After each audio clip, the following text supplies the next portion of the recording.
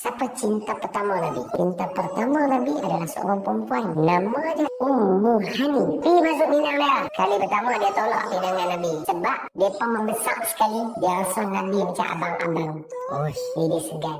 Seperti mana saya menuntut bukti pada dakwaan Ummu Hani adalah first love Nabi Muhammad sallallahu alaihi wasallam, saya juga menuntut bukti pada dakwaan bahawa Ummu Hani tolak pinangan Nabi kerana rasa macam abang-abang. Sekadar semakan saya tak jumpa kenyataan dengan alasan itu. Kerana kalau benar cerita ini tak ada dalam sebarang riwayat, maka kita kena berhati-hati. Timbang termasuk dalam orang yang mereka-reka hadis palsu atau menyebarkan hadis palsu. Kedua-dua ini adalah dosa besar yang diancam oleh Nabi Muhammad sallallahu alaihi wasallam dalam hadis yang mutawatir. Nabi sebut, bohong atas nama aku tidak sama dengan bohong atas nama orang lain. Sesiapa yang berbohong atas namaku secara sengaja, siaplah tempat duduknya daripada api neraka. Hadis ini sahih, riwayat Imam Muslim.